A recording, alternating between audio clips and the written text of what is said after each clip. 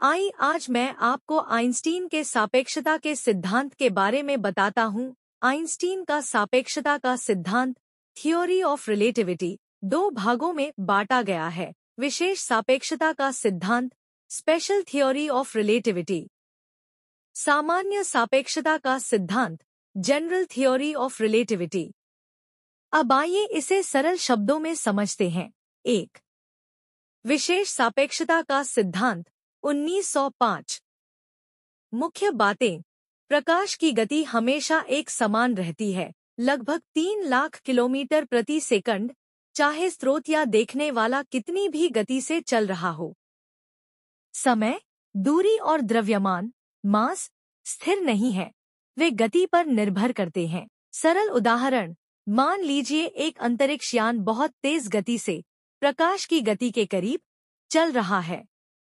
उसमें बैठे व्यक्ति के लिए समय धीमा हो जाएगा, जबकि पृथ्वी पर समय सामान्य गति से चलेगा। इसे टाइम डायलेशन कहा जाता है। जैसे जुड़वा भाई एक धरती पर एक अंतरिक्ष में तेज गति से गया और लौटा, तो अंतरिक्ष वाला भाई कम उम्र का होगा। 2.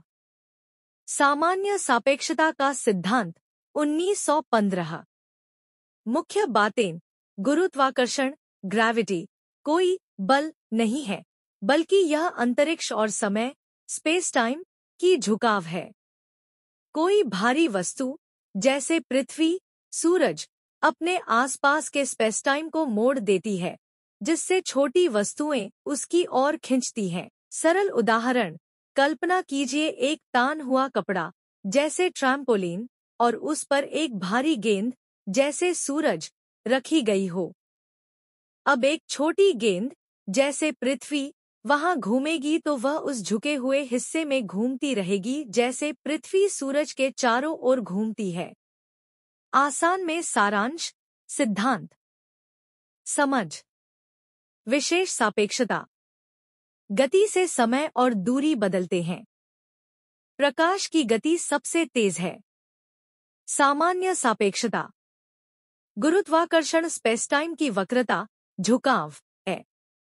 भारी वस्तुएं स्पेस को मोड़ती हैं।